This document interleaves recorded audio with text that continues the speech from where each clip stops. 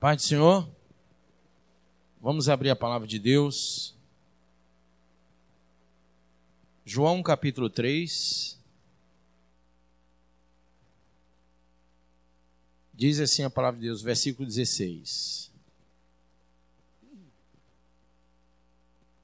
Porque Deus amou o mundo de tal maneira que deu o seu Filho unigênito, para que todo aquele que nele crê não pereça, mas tenha. Isso. Diga comigo todos juntos. Porque Deus amou o mundo de tal maneira que deu o seu Filho unigênito, para que todo aquele que nele crê não pereça, mas tenha a vida eterna. Mais uma vez, porque Deus amou o mundo de tal maneira que deu o seu Filho unigênito, para que todo aquele que nele crê não pereça, mas tenha a vida eterna. Olha para o irmão e diga: você conhece o amor de Deus? Você entende o amor de Deus? Diga, talvez de forma limitada, mas hoje nós vamos falar um pouco disso, amém? Põe a mão sobre a Bíblia e diga: Pai, fala o meu coração e me ensina a tua palavra, em nome de Jesus. Diga amém. Pode sentar. Irmãos, o amor de Deus é muito bem explanado nesse versículo que é considerado o versículo central da Bíblia, do Novo Testamento. O versículo que fala sobre a graça salvífica, o versículo que resume o sentimento de Deus pela raça humana. E esse versículo, ele nos transcende a pensarmos diferente, muito diferente do que o mundo ensina. O mundo não tem condições de entender esse amor. O mundo não tem condições de perceber a dimensão desse amor. Mas o amor de Deus é indivisível, o amor de Deus é inefável. Segunda carta do apóstolo Paulo, em 2 Coríntios 9, abra aí, versículo 15.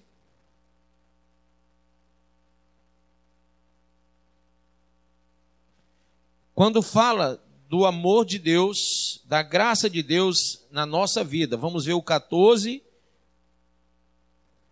e o 15. Diz o seguinte: enquanto eles, pela oração por vós, demonstram o ardente afeto que vos têm, por causa da superabundante graça, diga graça de Deus, que há em vós. Diga, há graça em Deus em você. Diga, a graça de Deus está na sua vida. E no versículo 15 diz: graças a Deus pelo seu dom inefável. Então o amor de Deus é inefável. O amor de Deus, ele não muda. Ele é imutável, inalterável. A Bíblia fala em João 13, 1. Abra comigo. João capítulo 13, versículo de número 1. Diz assim: antes da festa da Páscoa, sabendo Jesus que era chegada a sua hora de passar deste mundo para o Pai, e havendo amado os seus que estavam no mundo, amou-os até quando? Até o fim. Então não muda. Vai para o versículo 6.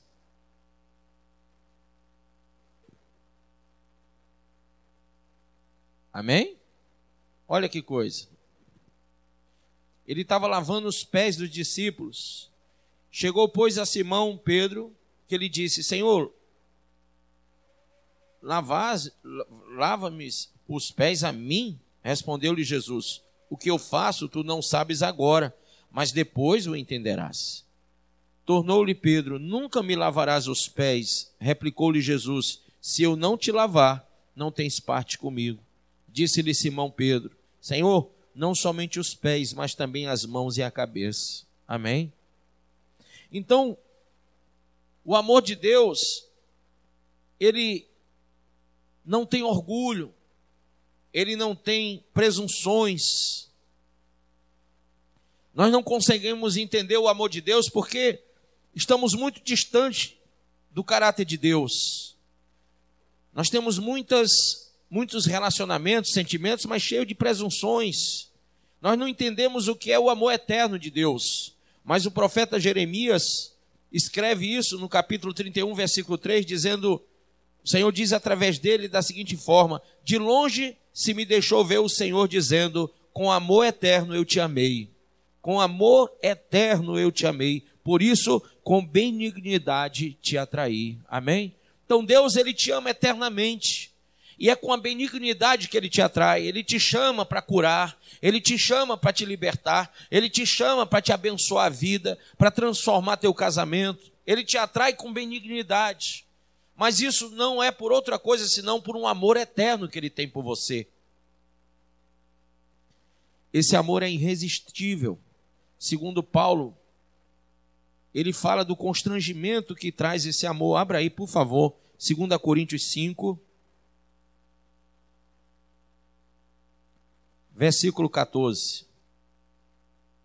Ele fala do amor de Cristo da seguinte forma: pois o amor de Cristo nos constrange, porque julgamos assim, se um morreu por todos, logo todos morreram.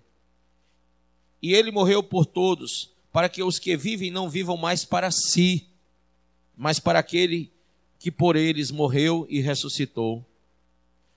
Por isso, daqui por diante, a ninguém conhecemos segundo a carne. E ainda que tenhamos conhecido a Cristo segundo a carne, contudo agora já não o conhecemos desse modo. Pelo que se alguém está em Cristo, nova criatura é, as coisas velhas já passaram, eis que tudo se fez novo. Amém? Então, o amor de Deus nos constrange a vivenciarmos uma vida diferente. Já não somos nós que temos que partilhar dessa vida, mas Cristo tem que partilhar dessa vida, dessa nossa vida, porque ela agora é dele. Amém? É irresistível falarmos do amor de Deus, porque é um amor altruísta, um amor que não tem interesse. É um amor onipotente, porque ele nos sonda, ele nos conhece, ele sabe. Sabe, se você conseguisse conhecer bem, como Deus conhece bem você, será que você seria capaz de te amar? Se você conhecesse você como Deus te conhece, na intimidade. A Bíblia diz que Deus sonda os corações e conhece cada um de nós. Quantas vezes você diz para a esposa, para a namorada, para o noivo, para a noiva, eu te amo? Quantas vezes você diz para o pai, para a mãe, para o filho, eu te amo? Mas Deus, ele te conhece muito melhor do que você mesmo se conhece. E ele é capaz de olhar para dentro de você e ver quem você é de verdade. E a grande pergunta é, será que você, sendo Deus, te amaria, conhecendo você como ele te conhece?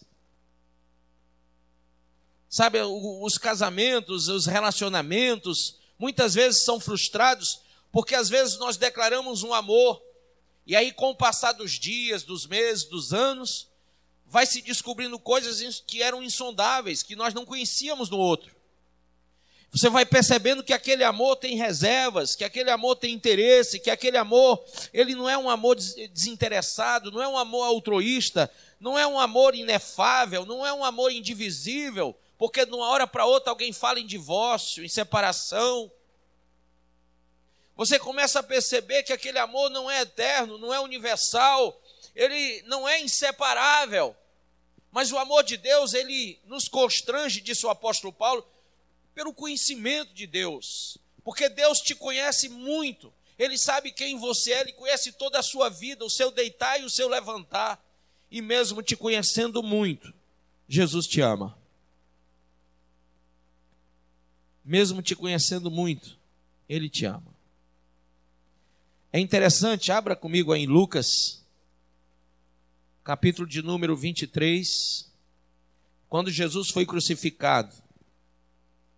No verso 39, um dos malfeitores crucificados blasfemava contra ele, dizendo, não és tu o Cristo?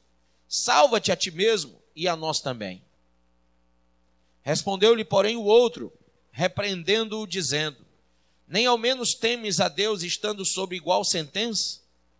Nós, na verdade, com justiça, porque recebemos o castigo que os nossos atos merecem, mas este nenhum mal fez. E acrescentou: Jesus, lembra-te de mim quando vieres no teu reino.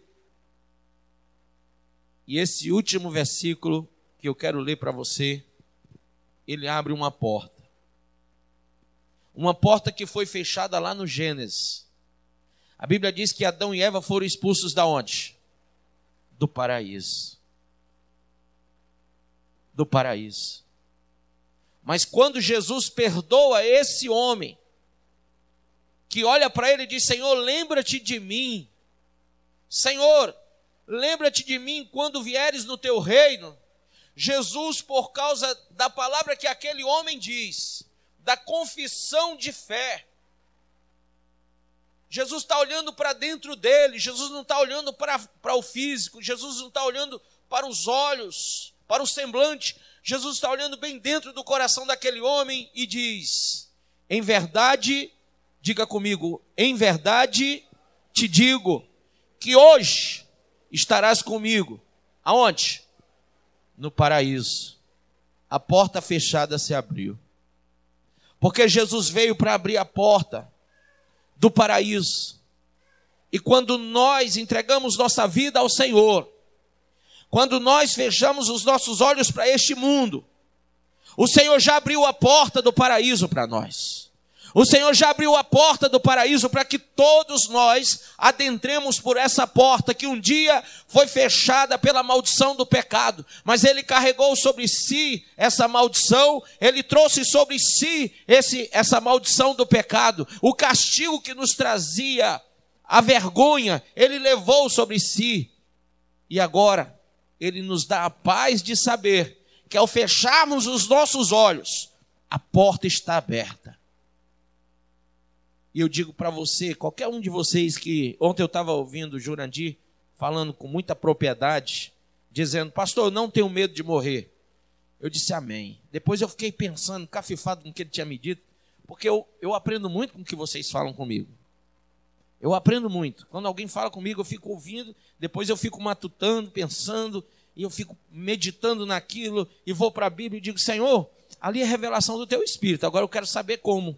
O Senhor vai me mostrar na palavra. E quando o Jurandir me falou essa frase, eu fiquei com aquilo no coração. Sabe, Jurandir, fiquei pensando o tempo inteiro. E fui ontem à noite para casa pensando, e hoje pensando, e agora mesmo pensando naquela palavra que você me disse. E aí, me veio essa palavra: por que temer a morte, se ainda hoje você vai estar no paraíso? Ainda hoje a porta está aberta. Amém? Então não tema. O Senhor abriu a porta para você e para mim. Agora, por que nós temos medo e por que nós muitas vezes não entendemos o tamanho do amor de Deus? Nós não percebemos o sacrifício de Jesus. Por que muitas pessoas resistem a entregar-se a Cristo? Aquele malfeitor estava à beira da morte. E a Bíblia diz que ele praguejava, ele blasfemava de Jesus. Enquanto que o outro, malfeitor também, à beira da morte também, ao invés de praguejar e blasfemar, ele prefere o caminho oposto. Ele prefere voltar-se para o Senhor. Ele prefere declarar fé em Deus. Ele prefere confiar sua vida ao Senhor. Então nós temos realmente aqui dois exemplos. Um à direita e outro à esquerda, conforme o profeta Isaías já havia profetizado sobre o Senhor. Conforme o profeta Davi, no Salmo 22, já havia falado também. Ele estava entre dois tipos de gente. Um que blasfema contra a palavra e o outro que recebe a palavra viva de Deus. Mas qual a distinção desses dois homens? Há razões que eu queria conversar com vocês hoje. Há coisas que nós somos restritos demais. E eu queria que você abrisse no Gênesis 2, verso 17. A Bíblia diz assim, perdão, 16, diz assim: e o Senhor Deus lhe deu esta ordem: de toda árvore do jardim comerás livremente, mas da árvore do conhecimento do bem e do mal não comerás, porque no dia em que dela comeres, certamente morrerás. Abra em Deuteronômio 29, Gênesis, Levítico, Número, Deuteronômio, gente. Vamos lá. Capítulo 29. Quando o Senhor avisou e disse: não coma, porque se você comer, você vai morrer. O nome da árvore era árvore do conhecimento do bem e do mal. O que é que Deus queria que a gente conhecesse? Apenas o bem. Deus não queria que a gente conhecesse o mal, irmãos. Deus não queria que você aprendesse a utilizar arma de fogo, a cheirar droga, a fumar cigarro, a beber cachaça, a se prostituir. Deus não queria que você aprendesse nada disso. A vontade de Deus é que você fizesse o bem ao seu próximo, que você amasse o seu próximo como a si mesmo, que você amasse a Deus sobre todas as coisas. O teu conhecimento do bem te daria chancela para você estar no paraíso até hoje. Amém? Nós não teríamos saído do paraíso, nós não teríamos sido tirados de lá como foram Adão e Eva. A geração adâmica não teria perdido aquele paraíso. Por que perdemos o paraíso? Por que Jesus teve que morrer para abrir essas portas de novo? Porque um dia alguém resolveu conhecer o mal. Porque um dia alguém resolveu ter conhecimento do mal. E quando o pecado entrou no mundo, entrou a maldição da morte. A Bíblia diz lá em Romanos 6, 23, que o salário do pecado é a morte. Então, irmãos, Deus nunca projetou que nós conhecêssemos o mal. Estava oculto a nós isso. Em Deuteronômio, o profeta Moisés, no capítulo 29, também versículo 29, diz o seguinte: as coisas encobertas pertencem a quem? Grife isso aí. Às vezes a gente quer saber coisa que não deve. A gente é curioso para o mal. Foi isso que aconteceu no paraíso. Curiosidade para o mal. Se estava encoberto, não era para nós, era para Deus. As coisas encobertas pertencem ao Senhor, nosso Deus. Porém, as reveladas nos pertencem, a nós e a nossos filhos, para sempre, para que cumpramos todas as palavras desta lei. Amém? Então, irmãos, guarde isso no seu coração. Deus tem te revelado coisas. A estas coisas você deve atribuir e dar graças a Deus. Mas não fique fomentando no coração de alguém. Sabe, nós somos criados fomentando coisas. A internet está sempre mostrando coisas que nós não conhecemos.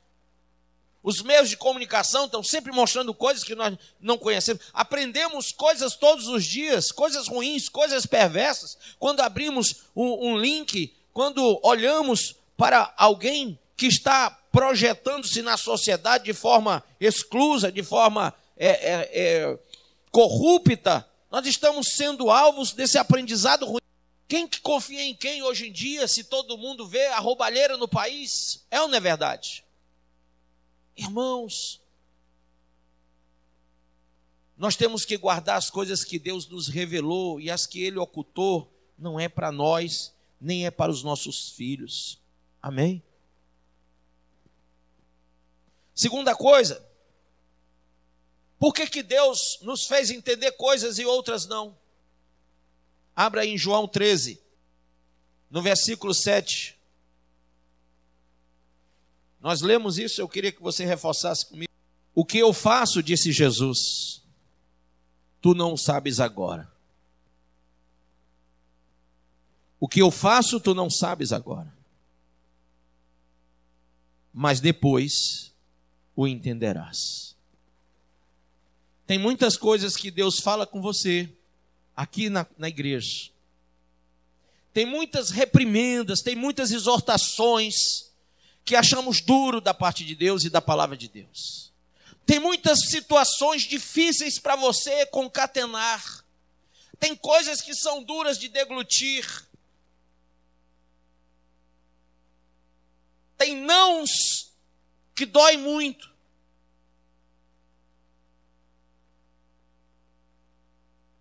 E essas coisas, nós não conseguimos entender por quê. Às vezes um aluno de seminário me pergunta: pastor, por que isso e por que aquilo? Eu disse: irmão, não está revelado.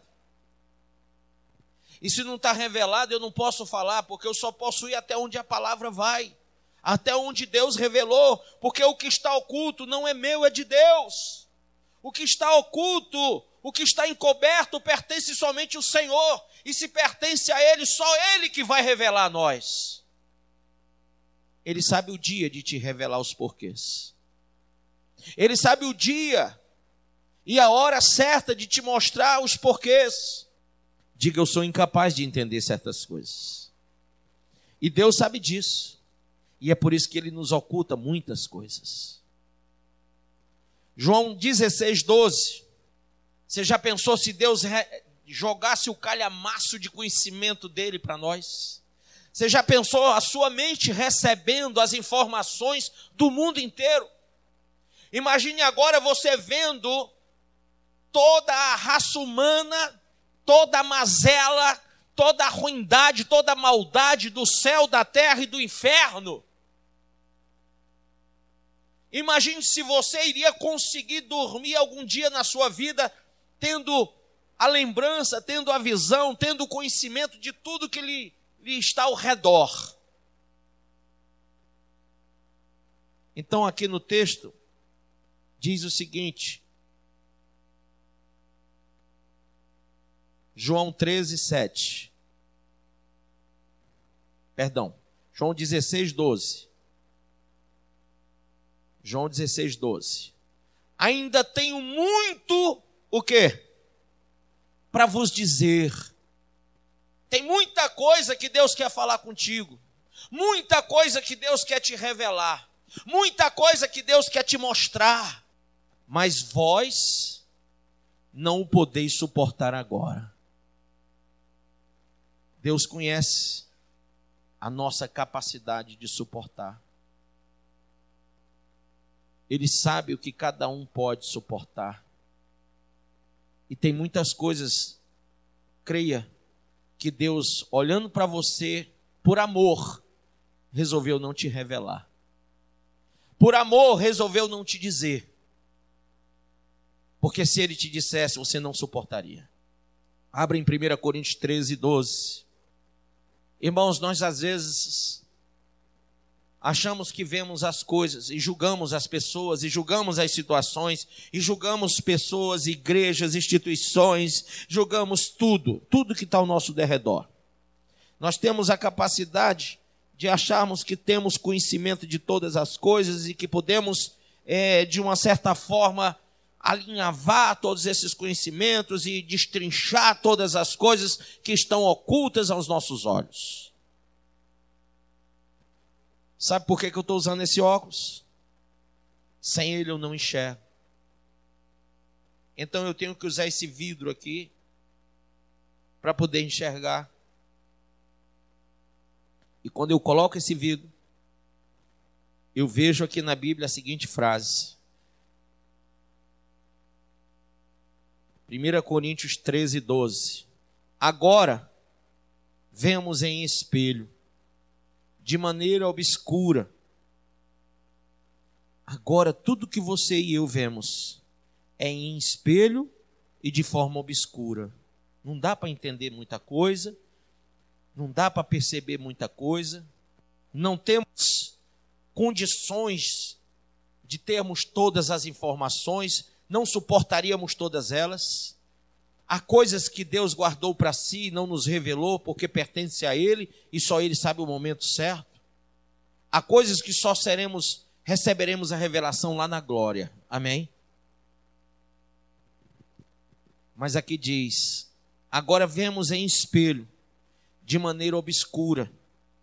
Então veremos face a face. Agora conheço em parte. Então conhecerei como também sou conhecido. Então hoje nós conhecemos em parte. Eu não posso dizer que eu conheço Deus, eu não posso dizer que eu conheço o céu, eu não posso dizer que eu conheço as coisas espirituais, que eu domino as coisas espirituais. Não, irmão. Tudo o que Deus me deu para revelação é em parte, é obscuro, é como um espelho. Somente um dia, e tem um dia que é o dia que o Senhor vai revelar, nós conheceremos como também somos conhecidos. Nós o veremos como Ele nos vê, face a face. Amém? Abra sua Bíblia em Efésios 3, verso 5. O qual, em outras gerações, não foi manifestado aos filhos dos homens, como agora foi revelado pelo Espírito aos seus santos apóstolos e profetas. Então há gerações que não receberam a revelação que agora estava sendo dada. Nós hoje temos revelações que eles não tiveram. E se houvesse tempo para ter mais e mais gerações, eu não creio mais em mais gerações antes do arrebatamento. Eu creio que vai ter depois do arrebatamento. Mas antes do arrebatamento, haveriam mais revelações. Claro que no período que virá, nós chamamos de milênio, depois dos 7 anos da tribulação, eu digo categoricamente, as maiores revelações serão feitas. Porque Jesus Cristo estará reinando. Amém? Sobre todo o mundo.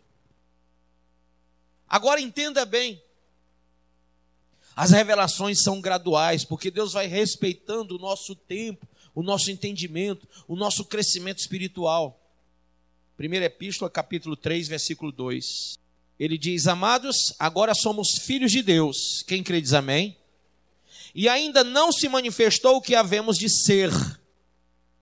Mas sabemos que, quando Ele se manifestar, seremos semelhantes a Ele, porque assim como é, o veremos. Amém? Então, nós sabemos que somos filhos de Deus, mas ainda não se manifestou o que devemos ser. Mas um dia, quando Ele se manifestar, nós seremos como Ele é. Amém? Então, por que há limitações no conhecimento? Para que a gente tenha oportunidade de viver uma fé, irmãos. A fé é o firme fundamento das coisas que eu não vejo, a prova viva daquilo que eu espero. Se eu soubesse de tudo, não teria fé. Você sabe, o diabo, ele não tem fé. O diabo tem conhecimento. O diabo conhece tudo. Ele viu tudo. Ele conhece o céu, ele conhece o inferno, ele conhece o mundo. O diabo viu Deus face a face, vê Deus face a face. Conhece os anjos, os arcanjos, os querubins, os serafins. O diabo não tem fé. O diabo tem conhecimento profundo das coisas espirituais. E nós, por não termos esse conhecimento, vivemos a fé. 1 Coríntios 5,7 diz que o justo viverá da fé. Amém? Mas a nossa ignorância referente às coisas futuras, ela deve ser ponderada todos os dias. Poxa, se o meu conhecimento é limitado, se eu sou incapaz de entender certas verdades, se é perigoso buscar conhecimentos que não me foram revelados. E aí tem gente aí para tudo, né? Tem gente para revelar coisa que não foi revelada e está criando doutrina doida e enganando o povo. Tem gente que vai para a internet buscar conhecimento que não foi revelado. E aí pega um monte de teoria doida aí e começa a se desvencilhar dessa doutrina. Diga assim: eu não posso contra a verdade, mas eu só posso pela verdade. Amém? Tudo pela verdade. O que não foi revelado na Bíblia, o que não está revelado por Deus, só pertence a Deus. Eu queria ler 2 textos para você agora. Provérbios 27:1. Se você não sabe o que vai acontecer amanhã, não fique se vangloriando. Você não tem a mínima noção. Você anda numa corda bamba. Diz assim: não te vanglories do dia de amanhã, pois não sabes o que produzirá o dia. Amém? Quem entende isso? Agora pula aí, um pulo, dá um salto bem grande, e vai lá para Tiago capítulo 4, verso 14. Ora, não sabeis o que acontecerá amanhã. Alguém sabe o que vai acontecer amanhã? Não? Então é bom que você viva uma fé em Deus hoje. É bom, porque você não tem um conhecimento, é uma coisa que você não domina. Você não sabe o que vai acontecer, então você não domina. E aquilo que eu não domino, eu tenho que entregar na mão de alguém. E o nome dele é Deus, porque ele conhece todas as coisas. Irmãos, a nossa vida, ela é um fio que pode se romper a qualquer momento. É um vapor que aparece e desaparece. Então, se eu não domino isso, se eu não sei até quando vou estar aqui, por que que eu fico planejando coisas para daqui a 20 anos? Por que que eu fico projetando coisas para daqui a 20 anos, sem cuidar do hoje, do agora? Veja o que diz aí. Ora, não sabeis o que acontecerá amanhã. O que é a vossa vida? É um vapor que aparece por um pouco e logo se desvanece. Logo desaparece. Apareceu, desapareceu. Você não sabe o dia de amanhã, então por que você está tão cheio de orgulho, de jactância, de soberba, de presunções?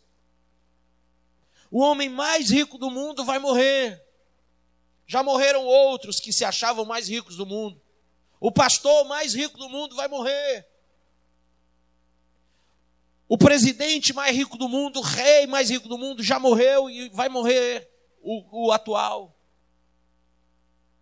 E não adianta. Sabe por quê? Porque o amanhã só Deus conhece. Eclesiastes 9, versículo 8 diz: leia comigo. Sejam sempre alvas as tuas vestes, e nunca falte o quê? O óleo sobre a tua cabeça. Goza a vida com a mulher que amas, todos os dias da tua vida vã, os quais Deus te deu, foi Deus que te deu. Essa vida que tu não quer dar para Ele, foi Ele que te deu. Os quais Deus te deu debaixo do sol, todos os dias da tua vida vã, porque este é o teu quinhão nesta vida, e do teu trabalho que tu fazes debaixo do sol. Tudo quanto te vier a mão para fazer, faze-o conforme as tuas forças. Para aí. Aqui ele não fala em paraíso, ele fala em Seol. Lugar escuro, lugar de morte. Porque no Seol, para onde tu vais, não há obra, nem o quê? Projeto, nem conhecimento, nem sabedoria alguma. Seol no original quer dizer sepultura.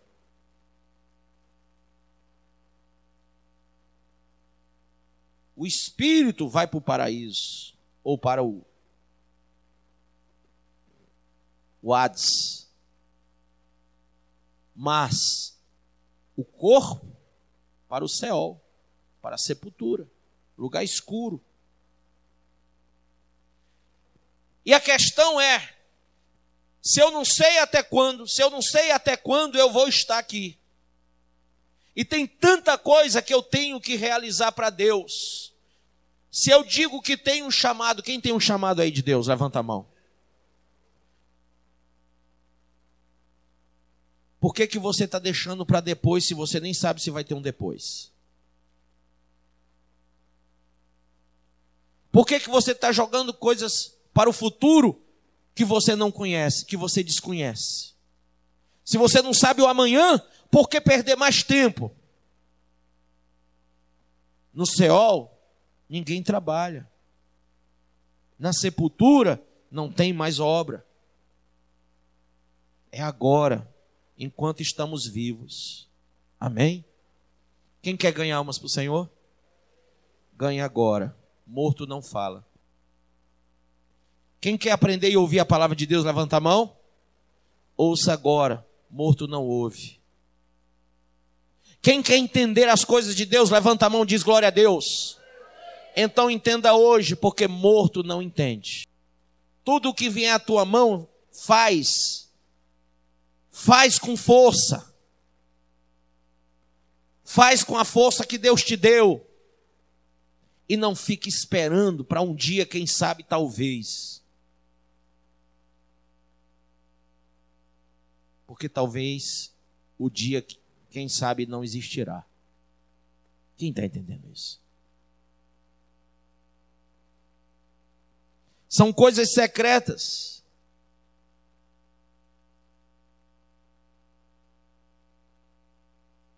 Lá em Provérbios 25:2 diz que a glória de Deus é encobrir o negócio.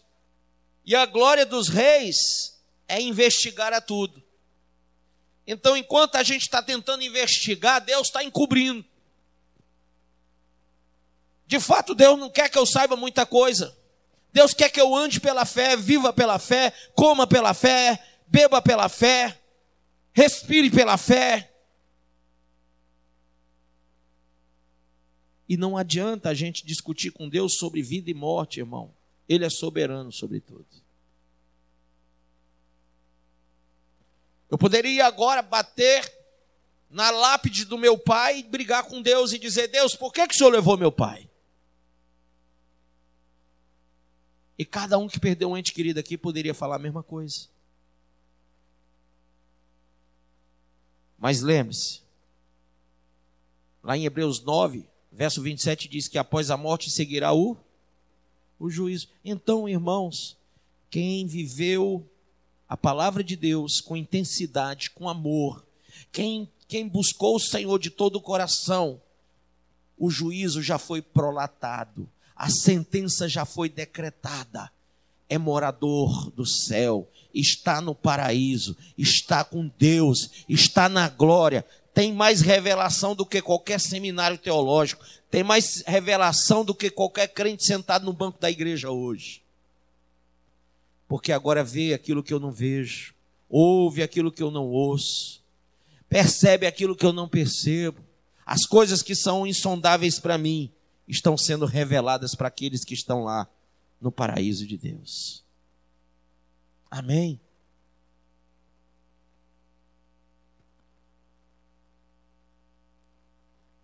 Daniel disse no capítulo 2, abra aí, só para terminar. Verso 22, diz o profeta Daniel: Deus revela o profundo e o escondido. Conhece o que está em trevas e com ele mora o quê? A luz. Quem crê diz amém. Paulo fala no capítulo 2, verso 9, já disse muitas vezes aqui, que todas as coisas nos são reveladas pelo Espírito de Deus. O Espírito Santo tem nos revelado coisas. As coisas que Deus permite, Deus tem nos revelado pelo seu Espírito. Mas sabe qual é a maior revelação que para você talvez esteja em oculto ainda? O propósito de Deus. E eu queria que você se convertesse com essa palavra. Efésios 1, 9 e 10 diz: E desvendou-nos o mistério da sua vontade. Havia um mistério sobre a vontade de Deus. E a Bíblia diz lá em Efésios, Paulo escreve aos Éfesos, dizendo: Ele nos desvendou o mistério da sua vontade. Qual é o mistério da vontade de Deus?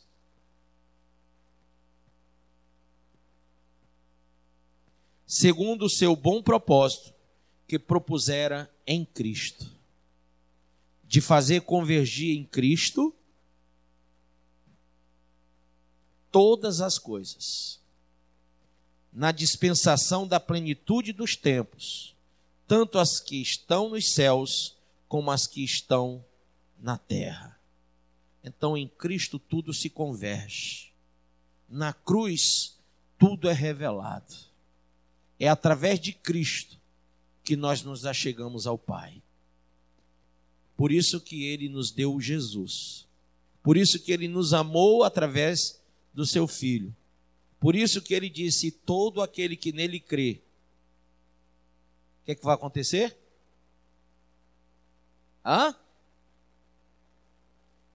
Não vai perecer, mas vai ter a vida eterna. Todas as coisas convergem em Cristo. Paulo diz isso aos Éfesos, dizendo, gente, não adianta filosofar, não adianta buscar conhecimento lá fora, não adianta tentar sondar coisas que não foram reveladas, porque tudo converge em Cristo. E Deus, Ele mostrou-se a nós através de Jesus. Ele revelou a sua vontade, o seu propósito com a raça humana, através de Jesus. Há quem pregue um Deus de ódio, de raiva, um Deus maligno, que quer mandar o povo para o inferno, mas isso não é verdade. Deus é amor, e nos amou ao ponto de entregar o próprio Filho Jesus. Amém? Ele manifestou sua vontade na cruz. Ainda que Jesus tivesse dito para ele, Pai, lá no Getsemane, passa de mim esse cálice. Mas não pôde passar o cálice, porque ali estava manifesta a vontade de Deus. E é por isso que o apóstolo João escreve no capítulo 1, que nós somos filhos da vontade de Deus. Ou seja, não é que Deus nos manipule, é porque Ele nos revelou em Cristo a sua vontade. Deus quer salvar cada um de nós. Amém? Diga para o seu irmão, Deus quer te salvar essa noite. Deus quer salvar toda a nossa família. Deus quer salvar o nosso casamento. Deus quer salvar o nosso dia a dia. Deus quer nos dar restauração. Deus quer iluminar o nosso coração. Em Cristo todas as coisas convergem. E nós temos que agora nos entregar de corpo, alma e espírito a Ele. Porque o amanhã pertence a Deus. Só Ele sabe o nosso amanhã. Não temos que viver o ódio, a raiva, a mágoa. Não temos que viver as dúvidas, as incertezas, as inconstâncias dessa vida. Os dissabores vêm. Claro que vem, qualquer um de nós sofre com isso. As angústias vêm e vão como as ondas do mar. Mas nós não podemos refletir as angústias, os ódios. Sabe, eu sei que tem hora que dá vontade de você querer fazer justiça com as próprias mãos. Mas se todas as coisas convergem em Cristo, Ele estava lá de braços abertos dizendo, Pai, perdoa-lhes, eles não sabem o que fazem. Vamos entregar nossa vida ao Senhor. E vamos entender que toda justiça vem de Deus. Vamos entender que tudo vem do Pai, todo dom perfeito, toda dádiva. Um dia a raça humana vai estar diante do trono branco. Um dia haverá juízo sobre toda a raça humana. Ainda aqueles que disseram, não vou me dobrar. A Bíblia diz que todo joelho vai se dobrar. Ainda aqueles que disseram, não vou confessar. A Bíblia diz, e toda língua vai confessar. E vai ser um dia de muita vergonha para muita gente. Porque muita gente vai ter que confessar muitas coisas. E vai ser julgado por elas. E vai ser condenado por tais coisas. Mas haverá um povo que será livrado nesse dia. Haverá um povo que estará à direita do Pai. Haverá um povo que estará sentado em honra. Esse povo foi aquele que em Cristo Jesus se tornou nova criatura. Que não amou a sua vida, mas entregou-a a Deus. Você acabou de ouvir essa poderosa ministração da palavra de Deus. Eu creio que sua vida foi abençoada. Eu quero que você ore comigo, profetizando sobre a sua vida a salvação que vem de Cristo Jesus. Ore conosco. Deus Pai, em nome de Jesus, nós te agradecemos por esta palavra. E que o Senhor possa abençoar a vida de cada um que nos viu, que nos ouviu nesse dia. Deus Pai, em nome de Jesus, que esta pessoa esteja agora entregando a sua vida, recebendo a salvação que vem do Senhor. Pois assim, Pai, nós profetizamos salvação, cura, libertação, em nome do Pai, do Filho e do Espírito Santo de Deus. Amém.